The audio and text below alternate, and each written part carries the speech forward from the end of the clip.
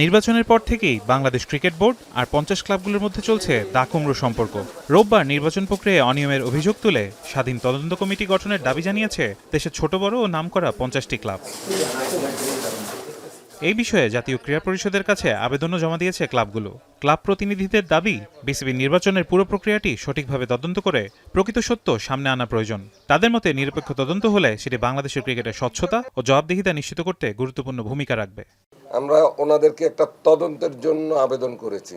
এই তদন্তটা যাতে ওনারা দ্রুত করে, সেই দিকে আর কি। যেহেতু আমরা আসলে খেলার মাঠে ফিরে যেতে চাই, ক্রিকেটটা ক্রিকেটের মাঠে করা।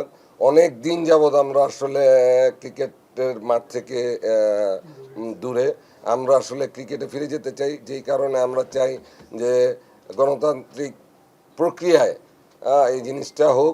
আমরা যদি সেম ওয়েতে বোর্ডটা ভাঙার জন্য আবেদন জানাই, ব্যাপারটা সঠিক হবে না। আপনার বিসিবি আপনার একটা বড় গোষ্ঠীকে আপনি রিপ্রেজেন্ট করে, বাংলাদেশের স্পোর্টসের একটা খুব গর্বের জায়গা আমাদের। তো এটা আপনার আইনের মাধ্যমে, আইনের প্রক্রিয়া এবং গভর্নমেন্ট আপনার এটা একটা ইন্ডিপেন্ডেন্ট তদন্তের মাধ্যমেই যেন সঠিক বিচারটা।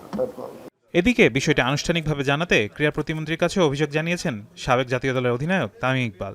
আপনারা জানেন যে পুরা ৭৬টা ক্লাবের কাউন্সিলরশিপ থাকে, এটাতে আবনি মোহামেডান সহ, যেটা বাংলাদেশের সবচেয়ে বড় দুইটি ক্লাব, ওরা সহ এটার সাথে একমত। আর ৫০টা ক্লাব যদি এটাতে জানাই থাকে, আর এর চেয়ে বেশি আর কোনো কিছু আমার নতুন করে বলার দরকার নেই।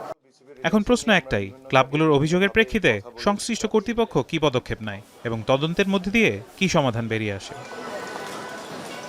ফারহান ইহসান, এখন, ঢাকা।